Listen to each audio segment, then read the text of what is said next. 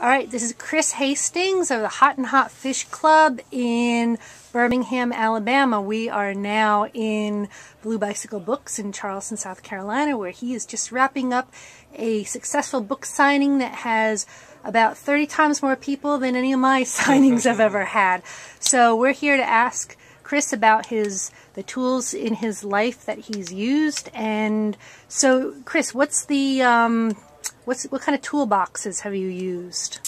Well, some of everything kind of over the years is kind of changed and evolved. I mean, starting out from original kind of craftsman red box with the shelves and then the big drawer at the bottom. That's always a great thing, because anything you could possibly own that you need in a kitchen, it fits in that thing. And that little red box. It's not a little red box, it's a big red box. Right. But over the years, I've kind of gotten away from being an equipment junkie to just very basic tools, and don't carry around a gazillion of everything generally. Kind of keep it down to a handful of really important things that I need to do my work. Okay. So what's in your toolbox now? I have, a bunch of knives that range from boning knives, paring knives, old antique knives. One that came from New York, it's a carbon knife. Actually, it was made in France, sold in New York. Mike Latta found them, and he said, "Hey, you interested in one of these cool knives?" I said, "Absolutely." It's a beautiful knife, carbon, so you have to be really careful, tend to it, love on it, but sharp as a razor. Really great.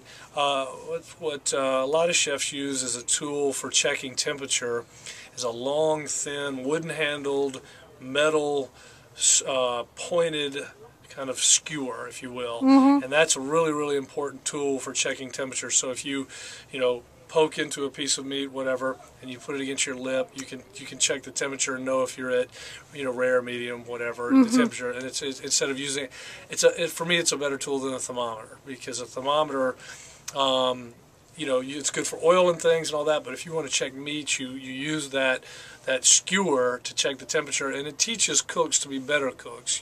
It's a feel thing versus a reading thing. So it's just like a pack of basic wooden skewers that you can buy in any store, or no? It's a metal. It's metal.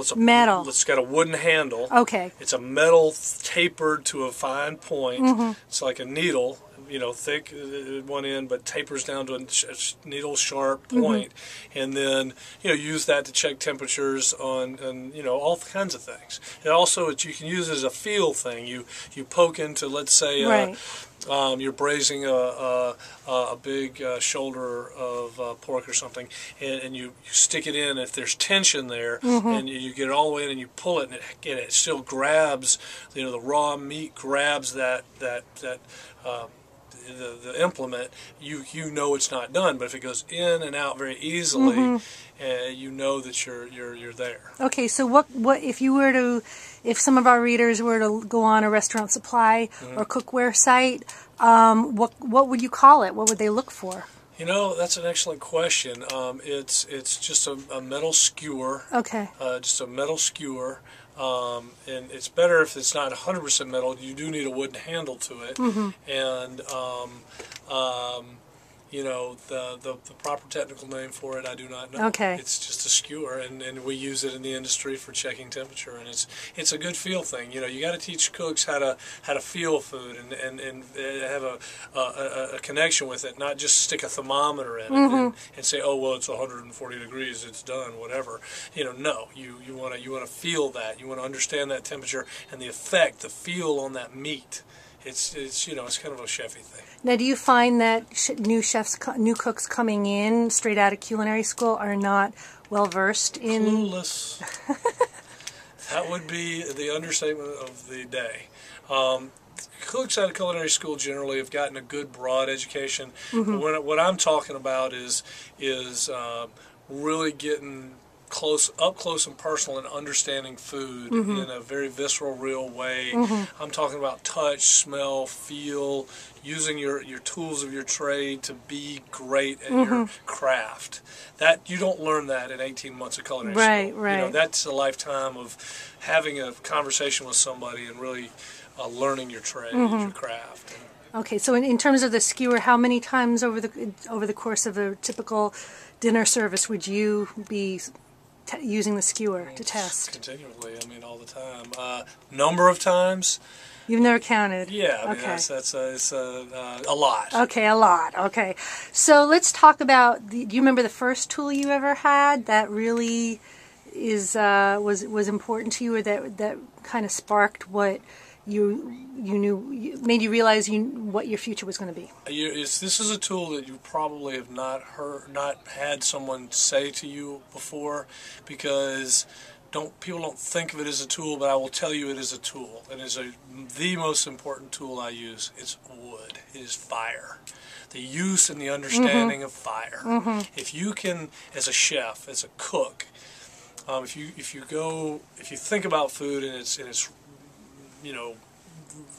most ancient history, where it all began, fire has been in every culture at every point of cooking, and it's visceral and real. And if you understand how to build fire, use heat from a fire, a live fire, not a gas stove, Right, but I'm talking right. about a wood fire.